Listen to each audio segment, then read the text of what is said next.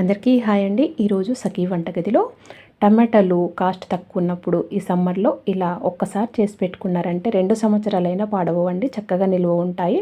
ఈ విధంగా ఒకసారి ట్రై చేసి చూడండి. నేనైతే ఎప్పుడు ఇలాగే చేసి పెట్టుకుంటాను. ఇలా చేసి పెట్టుకున్నామంటే చాలా వాటిలోకి వాడుకోవచ్చు. కర్రీస్ చేసుకోవచ్చు, పౌడర్ లాగా చేసుకోవచ్చు, చాలా బాగా అన్నిటిలోకి యూజ్ చేసుకోవచ్చు అండి. ఇక్కడ నేను 3 కిలోల టమాటాలు తీసుకొని ఇలా మంచిగా కడుక్కున్నానండి. కడుక్కున్న తర్వాత మీరు ఎంతైనా క్వాంటిటీ తీసుకోండి. నేనైతే ముందుగా ఒక 3 కిలోలతో చేసి చూపిస్తున్నాను. తర్వాత ఇంకా కొన్ని తీసుకొని చేస్తానండి. ఇప్పుడు వీటిని కడుక్కున్న తర్వాత ఈ మిడిల్లో ఈ తొడుము అనేది తీసేసుకొని ఇలా 3 ముక్కలుగా అయినా కట్ చేసుకోవచ్చు, లేదా ఒక 4 ముక్కలుగా కట్ చేసుకుంటే సరిపోతుందండి. ఎక్కువ పీసెస్గా చిన్నగా కట్ చేసుకోవద్దు. వీటిని ఇలా నేను చూపిస్తున్న విధంగా ఈ మధ్యలో తొడుము అనేది తీసేసి జస్ట్ ఇలా 2 ఘాట్లు పెట్టేసి మొత్తం కట్ చేయొద్దండి. కింద టమాటో అనేది కింద మొత్తం కట్ అయిపోవద్దు, జస్ట్ ఇలా కట్ చేస్తే సరిపోతుంది. అన్ని టమాటాలు కూడా ఈ విధంగానే కట్ చేసుకోవాలి. దాంట్లో జ్యూస్ అనేది పోవద్దండి, తీసేయొద్దు. ఆ జ్యూస్ అనేది అట్లే టమాటాలలో ఉంటే నిల్వ ఉన్నా కానీ సేమ్ అదే టేస్ట్తో బాగుంటాయండి. లేకపోతే జ్యూస్ తీసేస్తామంటే మనము ఆ టమాటో టేస్ట్ అనేది రాదన్నట్టు. అందుకనే జస్ట్ ఇలా కట్ చేసుకొని అలాగే పెట్టేసేయాలి. దాంట్లో నుండి విత్తనాలు తీసేయడం కానీ ఆ జ్యూస్ తీసేయడం కానీ అలా చేయకూడదు. జస్ట్ నేను చూపిస్తున్న విధంగా అన్నీ ఇలా కట్ చేసి పెట్టుకోండి. నేనైతే ఇలా ప్లేట్లో పెట్టానండి. మీరు కావాలంటే ఒక కవర్ పైన కానీ లేదా ఏదైనా క్లాత్ పైన కానీ ఆరబెట్టుకోవచ్చు. నేనైతే ఇలా ప్లేట్లో పెట్టానండి. నేను బాల్కనీలో పెడుతున్నాను. మీరు ఎండలో టెర్రస్ పైన కానీ అలా ఎక్కడైనా పెట్టుకోవచ్చు, వాకిట్లో కానీ ఎక్కడైనా పెట్టుకోవచ్చండి.